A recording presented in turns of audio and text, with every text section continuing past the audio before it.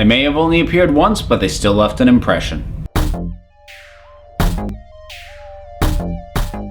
I do love my Doctor Who lists, and I ranked the Doctor Who companions a while back, and now I want to rank what I'm going to call the Doctor Who one-time companions. Now, in my mind, the definition of a companion is someone who has actually traveled in the TARDIS. And some of the people I'm going to talk about haven't, but the people who are eligible for this are people who appeared in only one story. A quick reminder on my part, two-parters count as one story. So I'm giving my listing for the top 10 characters who only made one appearance, but I still loved them. Number 10, Bores. You know, there was a fair chance that he would have ranked higher if he hadn't turned out to be a Dalek shell thing. Because I really liked this guy. I loved his rapport with the Doctor. I always liked the idea of these people sort of out of time. I mean, none of us can really keep up with the Doctor, but someone from an era who you would think there's no way they can keep up with the Doctor, but that he's got this easygoing rapport with him. And for crying out loud, he goes, "Dude," when the Doctor shows up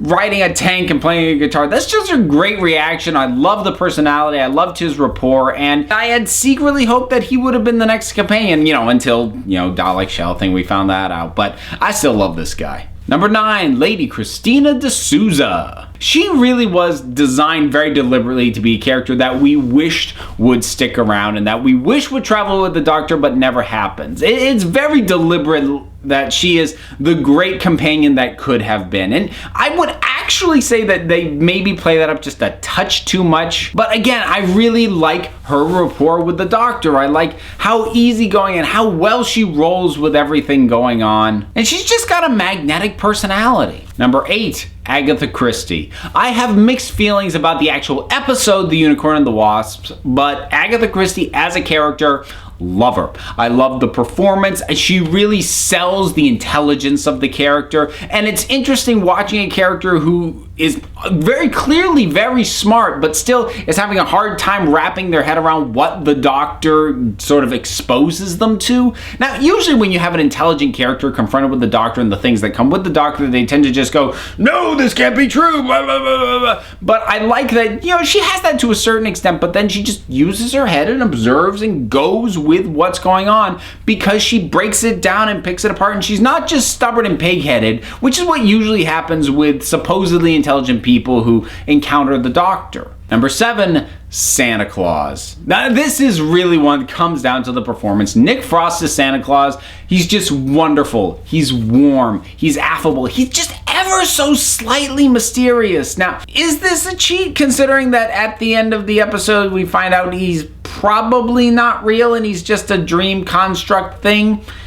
You know what? I don't care. I thought he was funny. The way he came in and just the way he just treats everything just so matter of fact. Like, yeah, I'm Santa. Yeah, I got elves. I got a reindeer. What? Number 6, Sally Sparrow. Effectively, really the Nancy Drew of the Doctor Who universe. Sally Sparrow is wonderfully performed, and she's another one who's a very intelligent character, but she's not a know-it-all. She doesn't just understand everything off the top of her head, but she works the problem. She's dealing with something that's strange and odd and mysterious, and she's gonna tackle it one bit at a time in order to come to grips with it and to wrap her head around it. And I love her determination. Like when she's arguing with the Doctor over the TV conversation, where she basically just demands of him, "Look, just try and explain it. Try me. Come on." Number 5, Joan Redfern. I know that Jessica Hines made another appearance, but that was as the character's granddaughter, or maybe it was even great-granddaughter, I can't remember. So you know what? I'm not counting that as a reoccurrence. And she's another one who, it's funny how much I really came to enjoy her as a character because, the Doctor very much himself is a character out of time. He really doesn't have a fixed time that he belongs to, and he tends to gravitate towards people who are intelligent ahead of the era that they live in. Now, not to say that Joan isn't intelligent at all. She certainly is, but she's very much of the time in which she exists. She's not a woman ahead of her time. She's a woman of her time, and that's actually actually not something that we always see in Doctor Who. Certainly not from characters who we're meant to like and appreciate. Usually those are the ones who are the obstacles. And her chemistry and rapport with David Tennant, they built a really believable, very lovely romance, and you could see the sadness in her when he came back as the Doctor and he wasn't John Smith anymore. Just how you could feel how much she missed him. She was a great character and a great story. Number 4, Adelaide Brooke. This very easily could have just been the generic no-nonsense commander, and to a certain extent she is that, but she's got a heart, and you can see it in these little sly smiles sometimes, or when you realize that her determination is very much rooted in caring about these people, even the ones that she bosses around. She's doing it because it's what is best for them, and it's what's going to keep them safe and get them home, or it's supposed to. And there's just something about the weight and the depth of her delivery when she's relaying that story about seeing the Daleks as a child. She really sells that so well, and she's just got this incredibly firm sense, this wonderful moral grounding, more so than the Doctor in this particular episode, which, is why it ends the way that it does. She's a character who challenges the Doctor very directly. Not too many companions do that, certainly not one-timers. Number 3, Madame de Pompadour.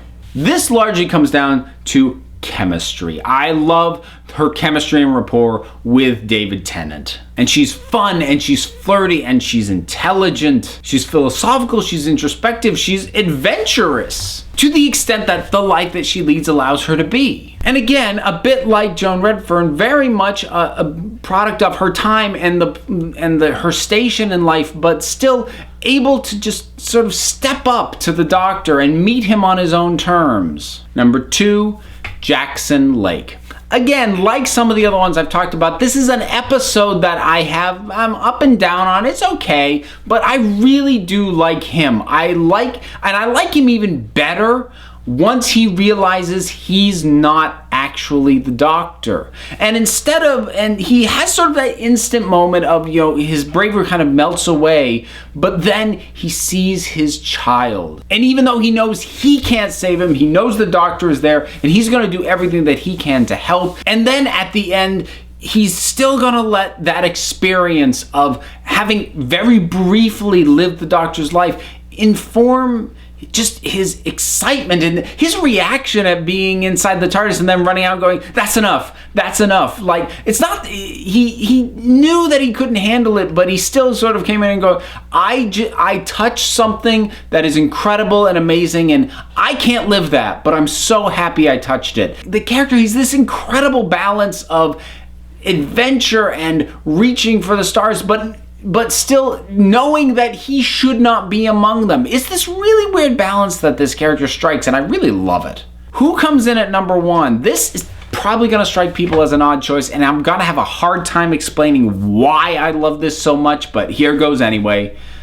The Bad Wolf Entity. Now, I suppose you could make the argument that this isn't really a one-timer, but in my mind, it actually had a physical body and presence only once, and that was in Day of the Doctor when it took on the form of Rose Tyler. Now, I've talked about Rose Tyler before when I did Companions, and I like Rose fine, I don't love her, but there's something about this performance from Billie Piper bringing in just enough of Rose's spunk and life and giving it just this slight air of mystery, the slight air of, I don't know if we can trust this thing. And I don't know if I can really explain it. It's just something about that idea of it taking her form and the way she plays it. It just enraptures me. I am mesmerized by her when she is on the screen playing this part. Way more so than I ever was with Rose. And as a result, the Bad Wolf Entity is my personal pick for my favorite one-time Doctor Who companion. So that's my list. What about yours? Do you think I was completely nuts? Would you reorder these? Is your list completely different? Whatever it is, drop something down in the comments and let's talk about it. Please go ahead, like, subscribe, check out the Council of Geeks podcast on iTunes and Stitcher. And until next time, this council is adjourned.